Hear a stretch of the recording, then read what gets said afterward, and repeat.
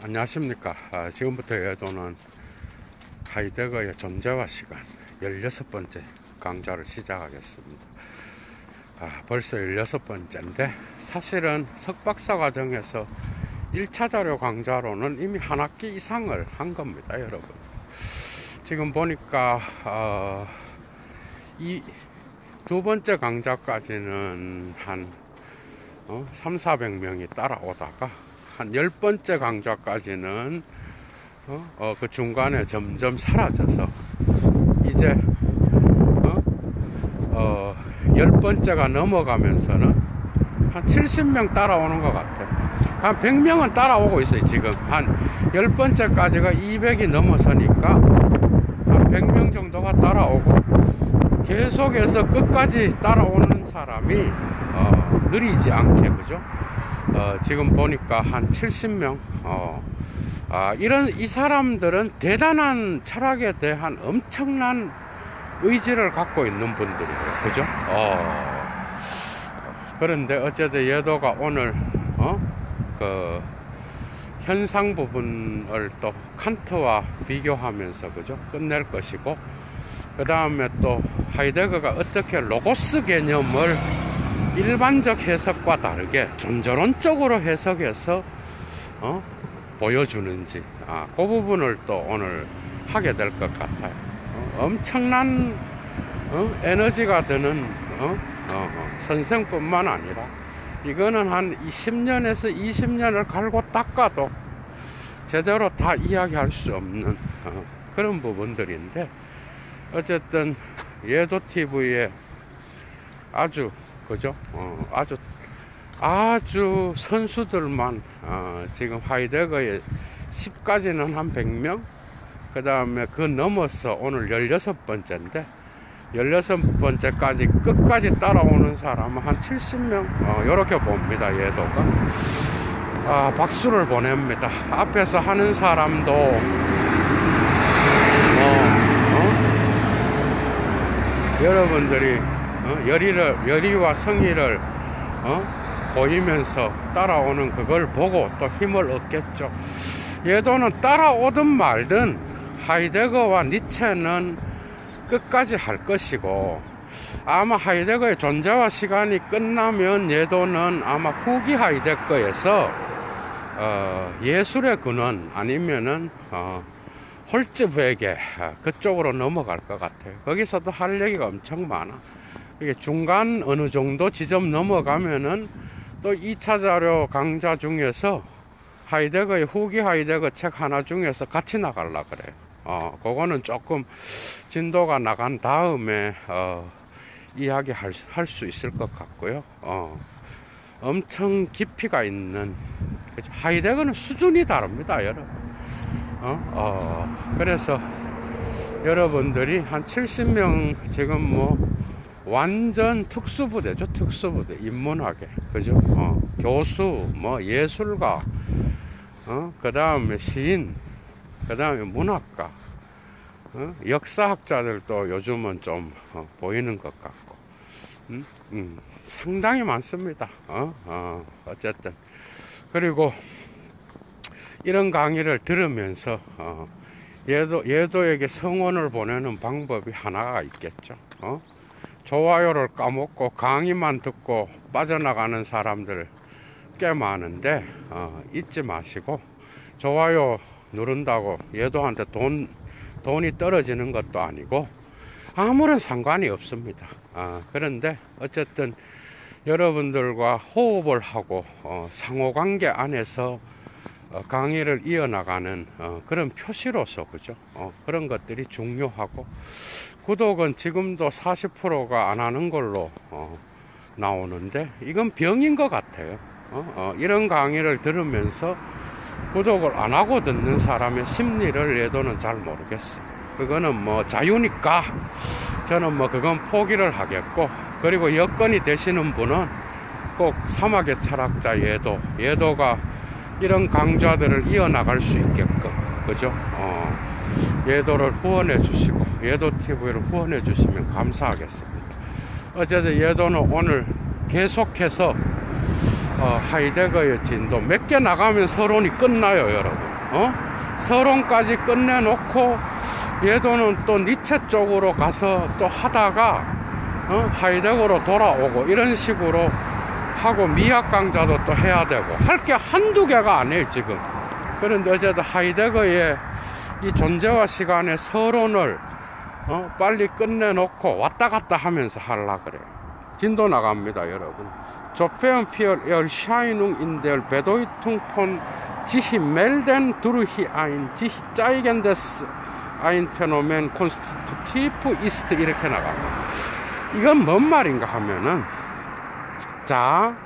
자기를 보여주는 것을 통하여 자기를 알린다는 의미에서 Erscheinung의 페노멘이 본질 구성적인 한에 있어서 이런 뜻이야. 여러분들이 Erscheinung과 페노멘을 예도가 계속 구분해서 알려드렸잖아. 그거 구분 안 하면 여러분들은 실패하는 거예요. 이 읽기에서. 이해가 돼요? 그러니까 자기를 보여줌을 통하여 자기를 알림의 의미에서의 칸트가 썼던 현상, Erscheinung에 있어서 페노멘, 하이데거가 중요하게 여기는 이 현상이라는 이것이 본질 구성적인 한에 있어서 이게 뭔 말이야? 페노멘이 더 근원적인 개념이라는 거야. Erscheinung은 페노멘에 근거하고 있다라는 거예요. 그런 한에 있어서 그러나 이 페노멘이 결여적으로 가상으로 변형될 수 있는 한에 있어서 맞죠? 페노멘이 1차적인 거고 거기에서 가상이 나왔고 그죠? 그 다음에 에어샤이능의 무슨 아우스슈트랄룽 뭐죠? 방사, 빛을 방사하듯이 자기를 드러내지 않으면서 자기를 알리는 이런 거. 그 다음에 병의 증세 이런 걸로 표현했었잖아 앞에서. 그죠? 그런 것들이 이제 전부 다 통합돼서 설명되는 거야. 그래서 이 페노멘은 결여적 양태, 뭔가 결핍된 양태로서 가상이 될 수 있잖아. 어제 했죠? 그런 한에서 에어샤이농 역시도 단순한 가상이 될 수 있다라는. 그러니까 에어샤이농하고 가상과 그 다음에 본래적인 페노멘의 이런 다양한 의미들이 뒤섞어서 혼란을 일으킬 수 있다 그랬잖아. 그죠? 그런데 하이데거는 이 에어샤이농이라는 게 단순한 가상으로 변형될 수 있다 그래. 그 이유를 한번 봅시다. 그게 뭔가 하면은 in bestimmter Beleuchtung, 그러니까 특정한 조명 안에서 누군가가 그가 빨개진 볼을 갖고 있는 것처럼 그렇게 보일 수 있다. 맞죠? 조명 속에서 붉어진 볼을 갖고 있는 것처럼 보일 수 있는데, 이러한 자기를 보여주는 붉어짐은 열의 눈앞에 있음을 알림으로써 받아들여 줄 수 있다라는 거예요. 그러니까 그 사람이 조명에 의해서 빨개진 건데, 그게 그 사람한테서 열이 많이 나서 fever, 그죠? 독일어로도 또 fever입니다. 근데 이제 철자는 다르지만 영어랑 이 열에 의한 눈앞에 있음을 알려주는 것으로 받아들여 줄 수 있다는 거예요. 그러니까 몸에서 열이 나서 빨개진 건지, 그가 원래 빨간 건지는 조명 때문에, 그죠? 불분명한 거예요. 어쨌든 이런 식의 변화가 있는데, 이것은 그것의 편에서 또한 다시 유기체 안에 어떤 장애를 인디지얼트 표시하는 거예요. 이 표시는 언제나 의학 용어적으로 자주 증상과 연관하여 사용하는 독일어 인디지렌, 영어의 인디케이터입니다, 여러분. 이해가 돼요, 라틴어에. 그러니까 이런 것들이, 그죠? 이런 것들이 어쨌든 다양한 방식으로 그렇게 나타나는데, 이 페노멘은 가상이 될 수 있고, 그건 어제 했고, 근데 이 가상은 또 에얼샤이능도 가상으로 보일 수 있다라는 거예요. 자, 이러한 관계들을 설명하고 이제 페노멘을 또 이야기합니다. 페노멘, 곧 현상은, 곧 여러분 줄 치십시오. 여기서부터 정신 차려야 돼요, 여러분. 정신 차리지 않으면 하나도 못 잡아내요. 지금 여기서 이걸 못 잡아내면 여러분들은 하이데거의 현상학적 해석학을 하나도 이해 못 합니다.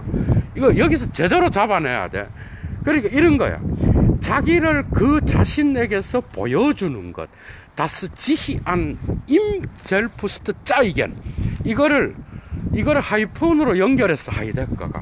그러니까 현상은 그 자신에게서 자신을 보여주는 거야.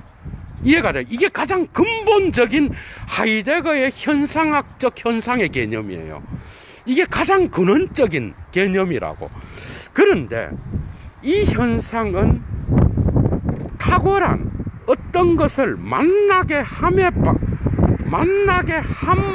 의미하는 거야. 만나게 함의 방식이야. 줄 빡빡 쳐요. 이거 정리하세요. 그러니까 어떤 것을 탁월하게 만나게 함의 방식이야. 이게 바로 현상의 근원적인 하이데거의 개념이에요. 그러니까 이거는 인식론이 아니야. 만나게 하는 방식이라고. 여러분들 만나는 게 대가리 안에서 만나요?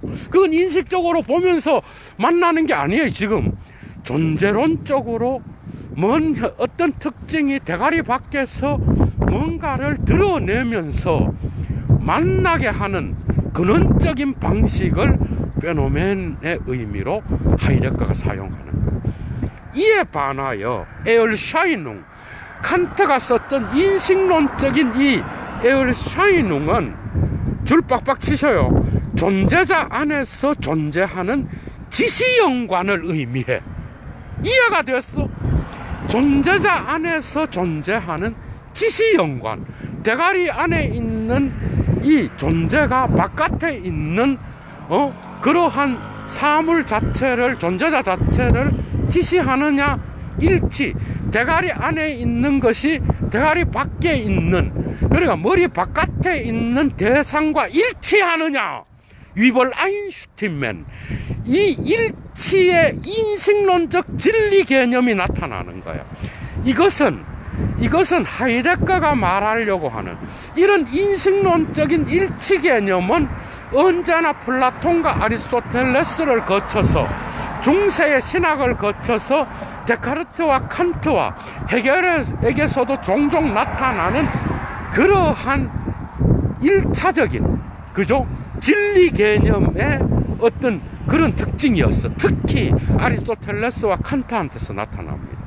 그러니까 진리라는 거는 이들에게서는 머릿속에 들어온 이것이 머리 바깥에 있는 실제 사물과 일치하느냐의 관점에서 진리를 판단하는 근본 개념이었어.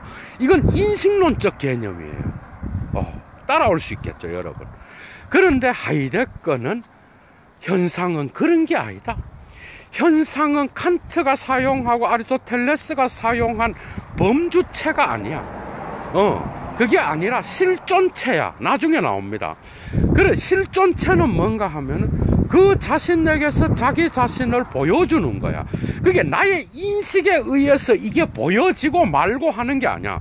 존재자 자체가 자기 자신을 드러내면서 보여주는 거야. 이게 존재론적인 거예요. 그러니까 이것은 뭐예요, 여러분?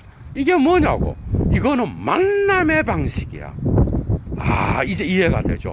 그런데 칸트가 사용하는 현상 개념인 에얼샤이능은 존재자 안에서 나타나는, 존재하는 페얼바이중스 베쭈크 지시연관이라고. 지시연관, 여러분.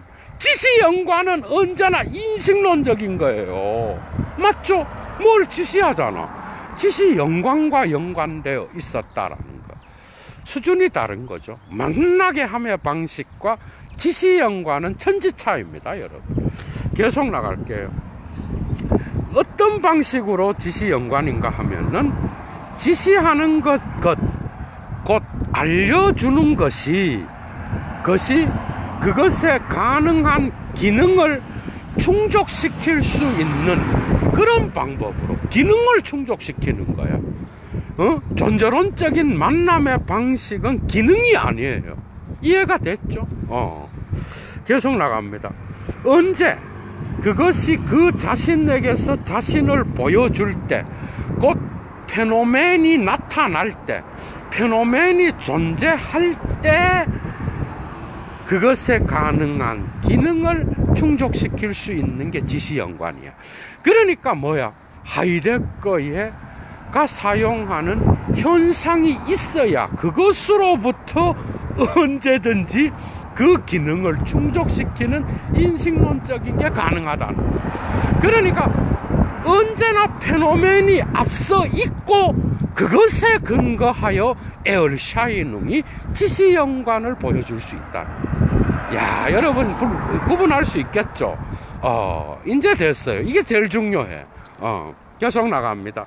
그래서 에얼샤이능과 샤인 현상, 칸트가 썼던 에얼샤이능과 샤인 가상은 자체로 다양한 방식으로 현상, 페노멘에 근거하고 있는 거야. 이거 설명 안 합니다. 이제 이해가 되죠? 에얼샤이능이든 샤인이든 두 개 다 페노멘에 근거하고 있다 이 말이에요. 자, 그래서 혼란스러운 페노멘, 샤인, 에얼샤이능, 블로세 에얼샤이능 이 네 가지로서 네 가지의 호칭들로서 불리워지는 페노멘, 이게 다 페노멘이야. 맞죠? 결여적 양태로서든 뭔가 부정적 양태로서든 페노멘, 이런 네 가지가 다 페노멘, 복수를 썼어. 그런 페노멘들의 이러한 혼란스러운 다양성은 애초부터 이 현상의 개념이 그 자신에게서 자기를 보여주는 것으로 이해될 때라야 그 혼란은 해결될 수 있다. 그 혼란의 뒤엉킴이 풀려질 수 있다. 이렇게 표현하고 있어. 그게 일단은 여러분들이 이 페노멘을 자기 자신에게서 자신을 보여주는 것으로서 이해해야 되고, 그때야 이러한 페노멘, 1차적으로 명백하게 자기를 드러내주는 것, 두 번째 샤인, 가상, 세 번째 에얼샤이누, 자신을 알려주는 것, 증상을 통하여 자기 자신을 보여주지 않는 것을 통하여 자기 자신을 알리는 것, 이러한 에얼샤이누. 그리고 네 번째 블로세 에얼샤이누, 단순한 어떤 칸트가 썼던 단순한 어떤 현상, 이런 네 개의 개념들이 페노멘이 1차적으로 자기 자신에게서 자신을 보여주는 것이라고 이해될 때에 이런 혼란들은 해결될 수 있다. 이제 이해가 되죠? 그런 뜻이라고. 정말 어렵습니다. 그죠? 근데 이해하고 나면 이것만큼 깊은 철학이 없어. 이해하고 나면은 그냥 책 읽고 아무 생각 없이 그냥 읽어 나가고, 존재와 시간을 내가 읽었다, 이럴 때는 뭐가 뭔지 모르는데, 이렇게 구분하면서 책을 읽어 나가면서 이제 깊이 있는, 그죠? 철학적 사유로 여러분들, 그죠? 들어가게 되는 거죠, 여러분. 계속 나갑니다. 이러한 현상 개념의 틀 안에서, 자, 현상, 페노멘으로서의 어떤 존재자가 말 걸려지는지가 규정되지 않은 채 머물러 있다면, 두 번째 또 있어요.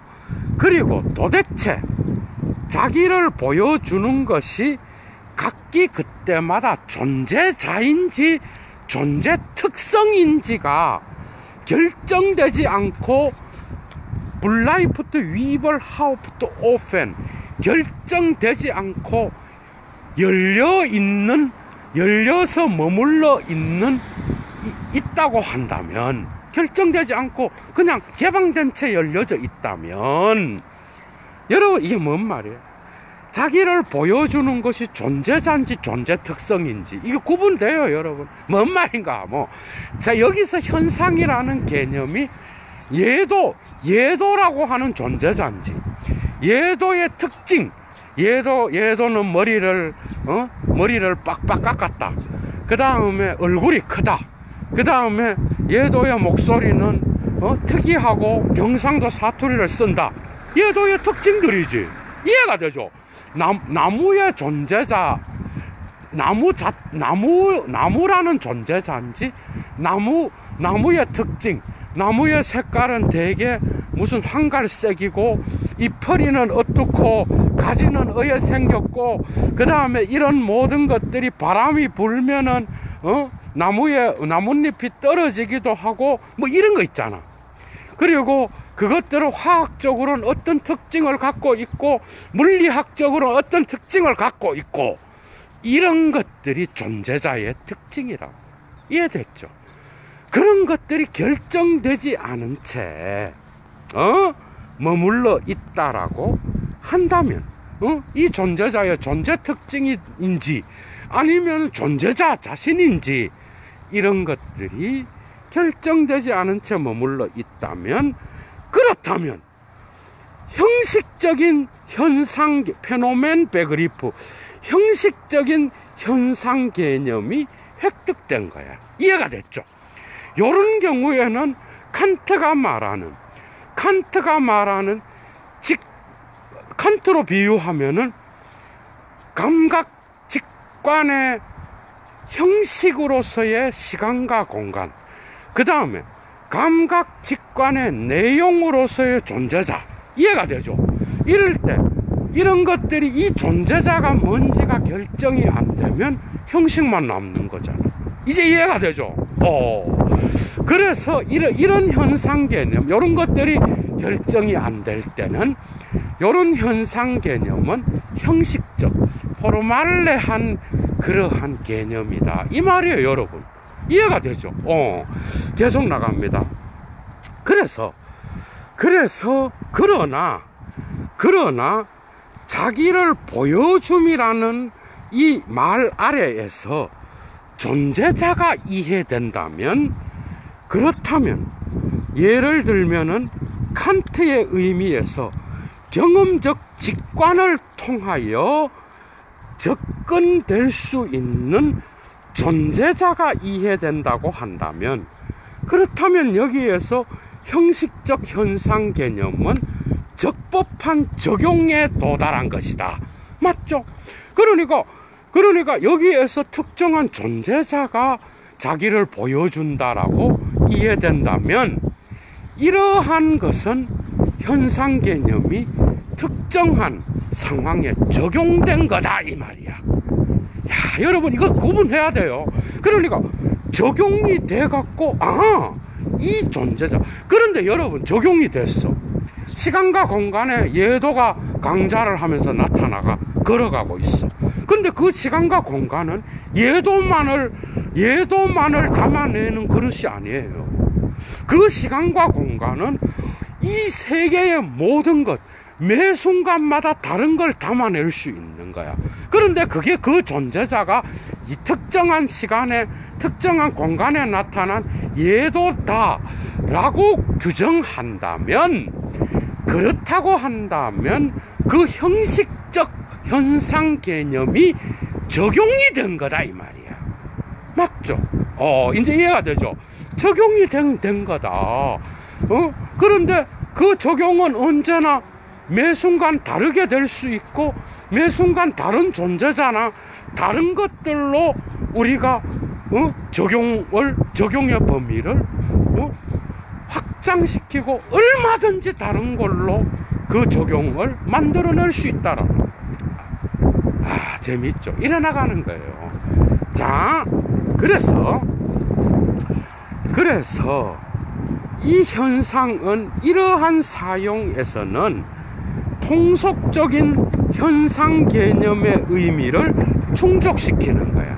그게 현상 개념을 이러한 존재자로 보는 거, 존재자가 나타나는 것으로 이 페노멘의 개념을 한정하는 것은 통속적 이해야. 이건 하이데거의 현상학적 현상 개념이 아니에요.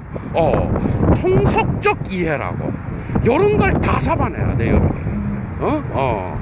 계속 나갑니다, 여러분. 그래서 자,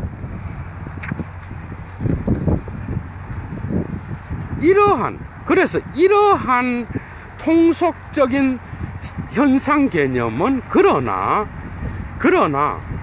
현상의 현상학적 개념이 아니다. 얘도가 금방 말했죠? 계속 나갑니다. 그래서 칸트의 문제틀의 지평 안에서 현상학적으로 페노멘이라는 말 아래에서 현상학적으로 개념 파악되고 있는 것은 다른 차이를 유보하고라도 다음과 같은 방식으로 예증될 수 있다는 거야. 다음과 같은 방식이 바로 현상학적 현상 개념과 연결되어 있다라고 하이데거가 말한다는 거예요. 자, 어떤 식으로 우리가 이야기할 수 있는가 하면은 우리가 다음과 같이 말할 때 그렇다는 거예요. 자, 첫째, 현상 안에, 자, 여러분 잘 따라오셔요. 현상들 안에, 근데 여기서 현상은 에얼샤이능입니다. 에얼샤이능들 안에서 통속적으로 이해된 현상이야, 이게. 맞죠? 에얼샤이능은 통속적으로 이해된 현상인데, 이 에얼샤이능 안에서 각기 그때마다 폴갱이히 선행적이고 및갱이히 동행적으로 함께 간다는 거야.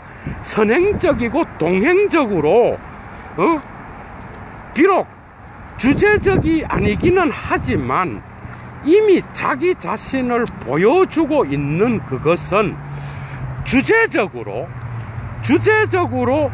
자기를 보여줌으로 데려와질 수 있는 거야. 이해가 돼요?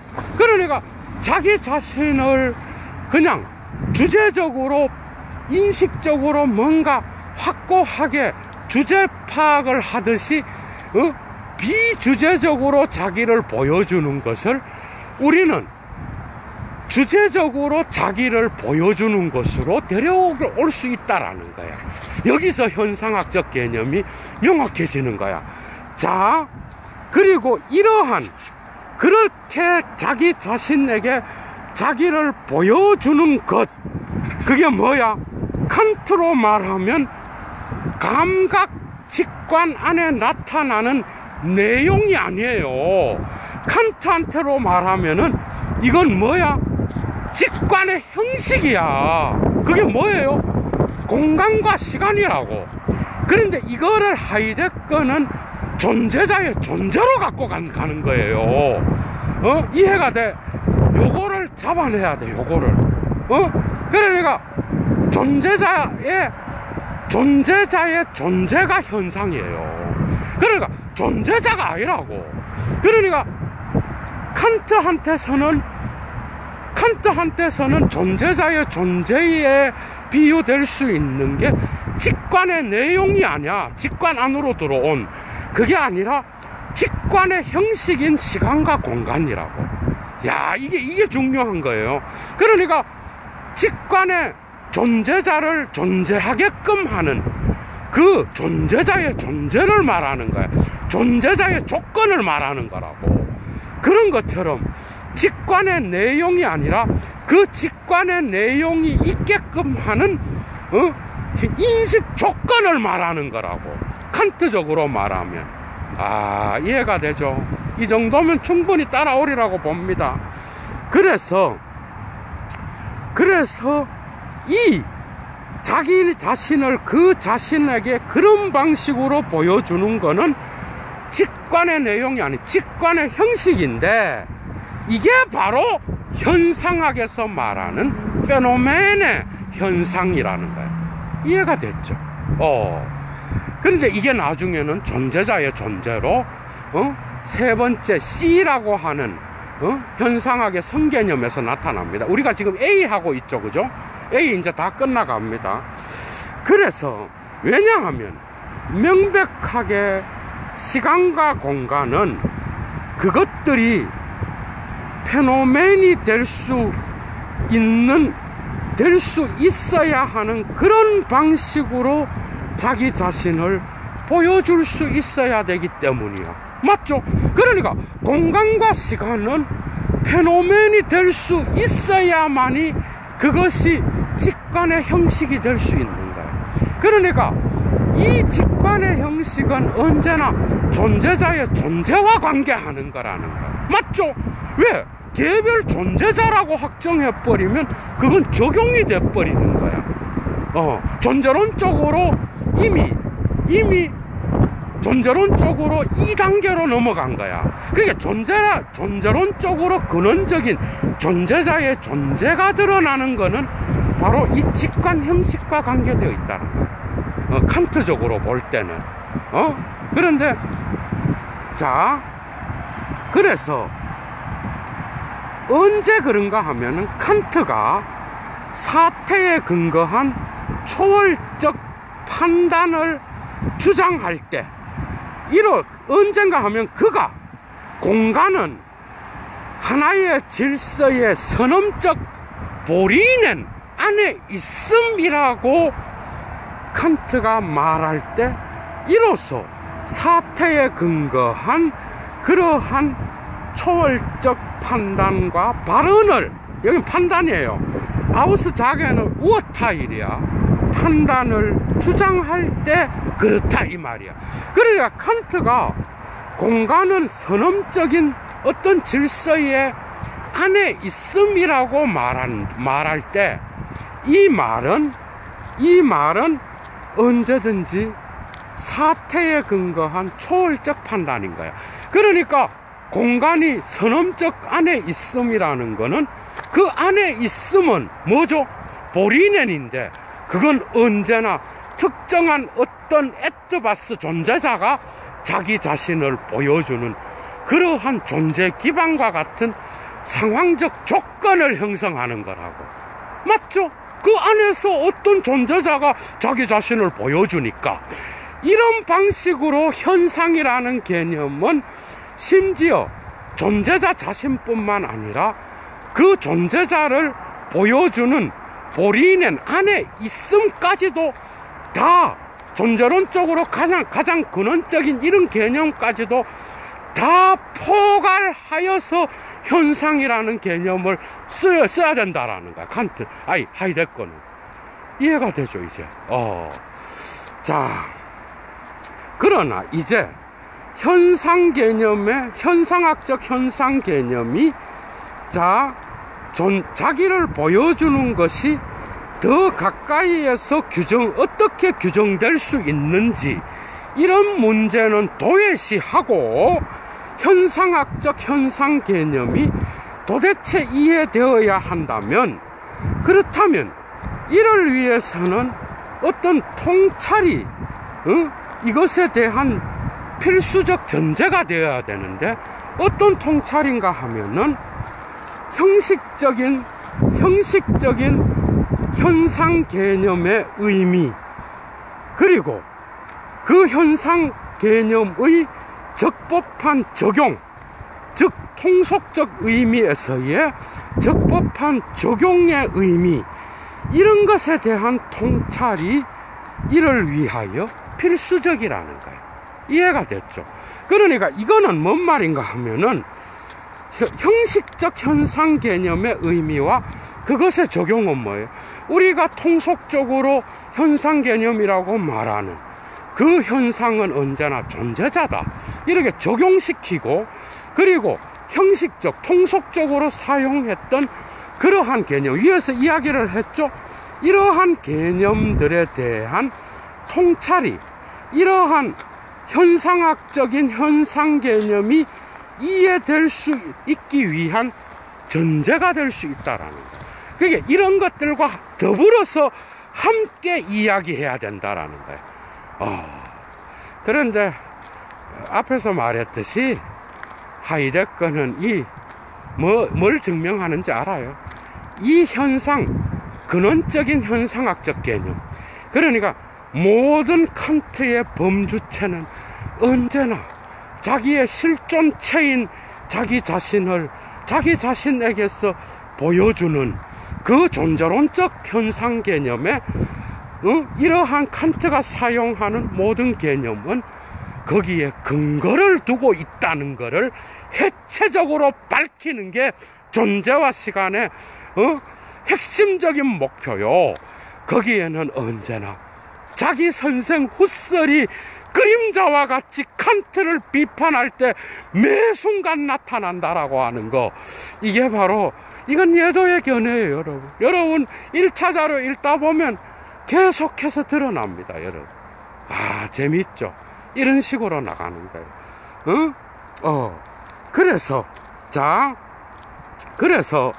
이러한 현상학의 성개념을 확정하기 전에, 고정시키기 전에 로고스의 의미가 제한 규정되어야 돼. 이건 이제 1장에서 현상의 개념을 끝냈으니까 이제 로고스의 개념 A를 끝냈으니까 B인 로고스의 개념으로 넘어가겠다는 거고, 이로써 분명해지는 것은 현상학이 도대체 어떤 의미에서 페노메넨, 현상들의 학문이 될 수 있는지가 분명해질 것이다, 이렇게 되는 거예요. 재밌죠? 넘어갑니다. 이 철학책이 이렇게, 로고스의 개념 B, 이래 넘어가는 거예요 지금. B는 뭐냐? 로고스의 개념은 플라톤과 아리스토텔레스한테서는 필도이티히, 다의적이었어.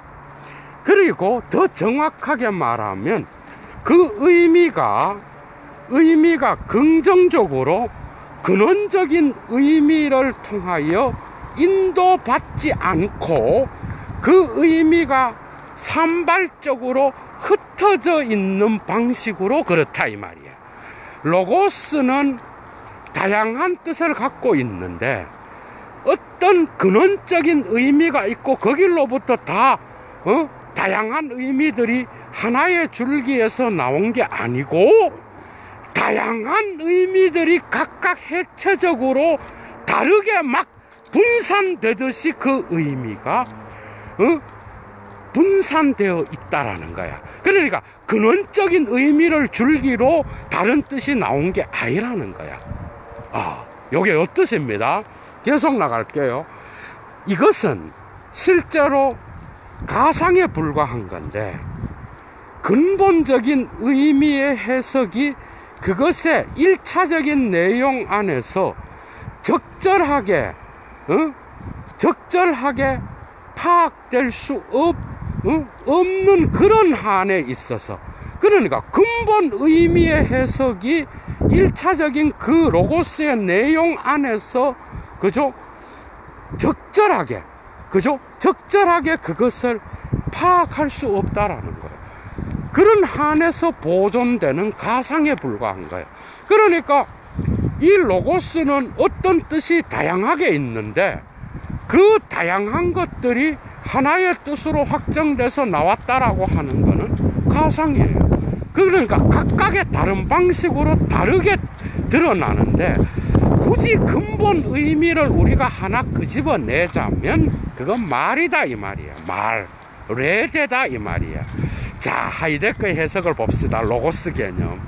여러분, 로고스 개념이 얼마나 뜻이 다양한지 이미 아리스토텔레스가 보여주었잖아, 그죠? 그런데 한번 봅시다. 하이데거의 해석을 봅시다. 우리가 이 로고스의 근본 개념이 말이라고 말할 때, 이때 이 단어적인 번역은 비로소 완전하게 타당성을 얻게 되는 거야. 그런데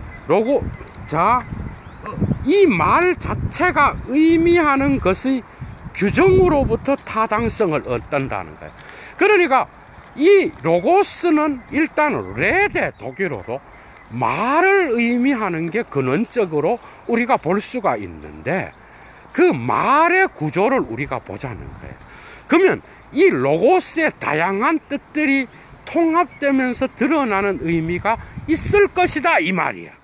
자, 계속 나갑니다. 그래서 후대의 의미의 역사, 후대의 로고스란 단어의 의미의 역사와 그리고 무엇보다도 다양하고 자의적인 그러한 후대 철학의 다양하고 자의적인 그러한 여러분들 그러한 해석들이 지속적으로 이 말의 본래적인 의미를 은폐시켰다라는 거야. 말의 본래적인 의미를 은폐시켰어. 그러니까 후대 철학의 다양한 로고스의 이 개념들은 본래적인 그런 의미였던 이 말을 로고스가 말을 의미하는 그 본래적인 말의 의미를 은폐시켰다라는 거야. 후대의 철학의 해석들이. 여러분, 그래서 어떻게 이 후대의 철학의 해석들이 어떻게 진행되었는지, 그런데 안타깝게도 지금 건전지가 다 떨어졌네. 이거 어떻게 해야 되는 거예요? 이 엄청난 강의를 다시 할 수는 없고 중간에 끊어지면 여러분들 그런지 아셔요. 너무 안타깝습니다.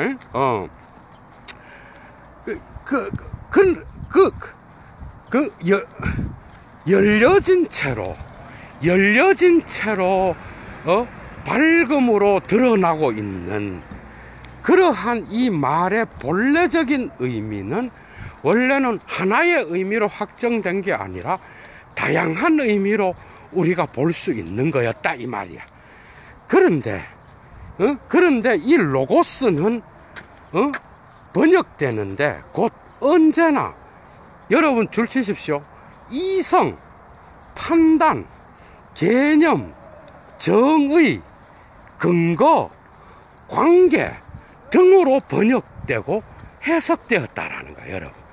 그러니까 이런 다양한 의미로 번역되고 그 후대에 해석되었는데 이것은 결국은 하이데거가 볼 때는 뭐예요? 하이데거가 볼 때는 이것은 결국은 말의 근원적인 의미로 우리가 그것을 봐야 된다라는 이야기예요, 여러분. 말의 근원적인 의미로 우리가 그것을 파악하고 그 다음에 봐야 된다 이 말이야. 예도가 지금 어디 왔는지 알아요, 여러분? 산책하다가 이 강의를 완성하기 위하여 정말 이런 것까지 해야 되나? 이 강의를 완성하려고 지금 지금 이거 꼽았어. 이거 강의 끝낼 수 있을 것 같아. 꼽아갖고 지금 강의 계속합니다, 여러분. 그래서 이 다양한 의미들이 구성되었다는 거, 후대에서. 그런데 본래적인 의미였던, 그죠? 이 본래적인 의미였던 이 말의 뜻을 봅시다, 우리가. 그러나 어떻게 이 말이 다음과 같은 방식으로 변형될 수 있었는지, 즉 로고스가, 그죠? 로고스가 모든 앞에서 열거된 것을 의미하고, 더 정확하게 말하면 학문적인 언어 사용 내부에서 로고스가 앞에서 열거된 그 모든 것, 그게 뭐야? 베얼룸프트, 이성, 우어타입, 뭐야? 판단, 그 다음에 베그리프, 개념, 그 다음에 또 뭐예요? 그 다음에 데피니치온, 정의, 그룬트, 근거, 페얼헬트니스, 관계, 이런 모든 열거된 것을 그것을 학문적인 언어 사용 안에서 의미하는 그런 방식으로 말이 어떻게 변형될 수 있었을까? 재밌겠죠? 이 말을 갖고 로고스의 근원적인 개념을 파헤치면서 이 다양한 의미들이 어떻게 파생되어 나왔는지를 보려고 하는 거예요, 여러분. 자, 로고스가 아우스작의 발언의 의미에서, 이 발언은 판단을 의미하는데 발언과 판단의 의미에서 이해될 때 이러한 외관상의 적법한 번역으로서 근본적인 의미는 놓쳐지게 된다는 거예요. 이런 판단의 개념으로 우리가 로고스의 근원적인 의미를 이야기하게 되면 그 의미를 우리는 제대로 파악하지 못하고 놓치게 된다는 거예요, 여러분. 자, 뒤에 특히 언젠가 하면은 이 판단이 어떤 오늘날의 판단 이론의 의미에서 개념 파악될 때는 이 판단은 로고스의 근원적인 의미를 파악할 수 있게 하지 않는다는 거야. 언젠가 하면은 한번 봅시다. 로고스라는 이 개념이 어쨌든 1차적으로 판단을 의미하지 않는다는 거예요. 그죠? 언젠가 하면 사람들이 그 판단이라는 말 아래에서 결합이라든지, 결합 알죠? 결합, 여러분. 결합이라든지 슈텔룽나무, 입장을 취하는 이런 걸 이해할 때는 1차적으로 로고스는 결코 판단을 의미할 수 있는 게 아니야. 즉, 이 입장을 취한다는 게 뭐예요? 입장을 취한다는 거는 인정하고 거부한다라는 거야. 그러니까 결합하고 인정하고 거부하는 이런 뜻의 인식론적 판단 개념은 로고스의 근원적인 개념과는 완전히, 그죠? 완전히 다르다는 것을 여러분들이 이해해야 된다는 거예요. 그러면 로고스의 근원적인 의미는 뭐예요, 그러면? 이제 하이데거가 하려고 하는 거예요. 말로서의 이 로고스는 차라리 그리스 델룬과 같은 어떤 것을 의미하는데, 델룬이라고 하는 이 그리스어는 말 안에서 어떤 것에 대하여 말하는 바로 그것을 명백하게 드러낸다는 것을 의미한다는 거예요. 그러니까 우리가 말할 때 뭐뭐에 대하여 말하잖아요. 그죠?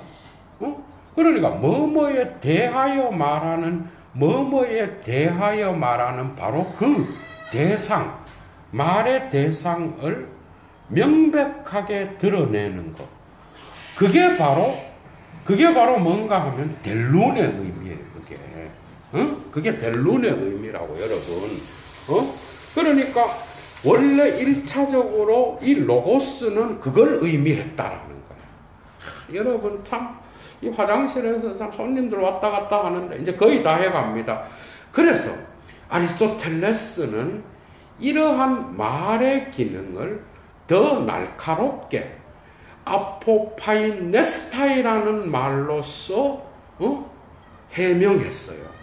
explicit 해명했는데, 아포파이네스타이는 뭔가 하면은 로고스가 어떤 것을 보게 한다라는 거예요.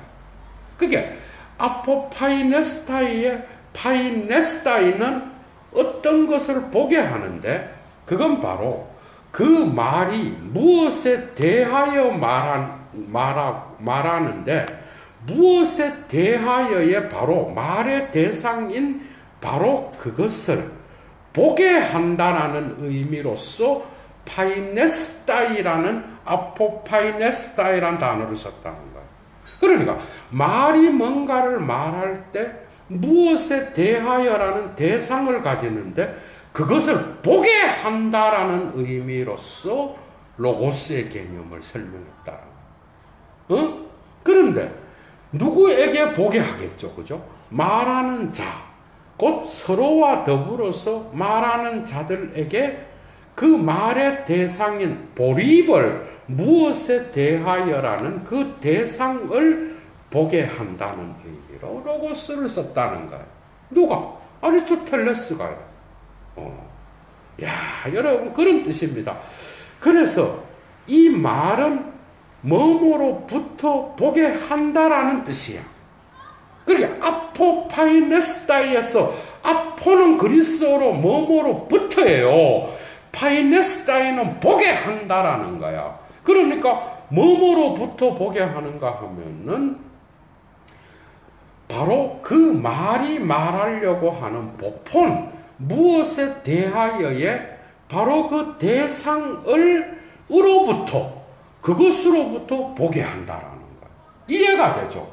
그러니까 이거는 설명이 필요한데, 무엇에 대하여 어떤 것의 대상을 우리가 말하잖아요. 예도가 말을 해. 그럼 하이데거에 대하여 말하는 거잖아요. 근데 하이데거의 철학에 대하여 지금 말하고 있어. 그게 보리벌이야. 그런데 무엇의 보포는 뭔가 하면 하이데거예요. 하이데거의 철학으로부터, 하이데거로부터 하이데거의 철학을 말하는 거잖아. 아, 이 비유가 좋을 것 같아. 그래서 여러분들에게 하이데거의 철학에 뭔가가 보게 하는 거잖아, 지금. 이해가 되죠? 그 보게 하는 것을 예도가 지금, 여러분들에게 말하고 있듯이 그 아포파이네스타이는 그런 의미로 쓰였다라는 거예요, 여러분. 도저히 안 될 것 같습니다. 남에게 피해를 주면 안 돼서 예도의 16번째 강좌를 마칩니다, 여러분. 17번째에서 훨씬 더 깊이 있게 들어갈 것을 약속드립니다. 좋은 하루 되십시오. 추스.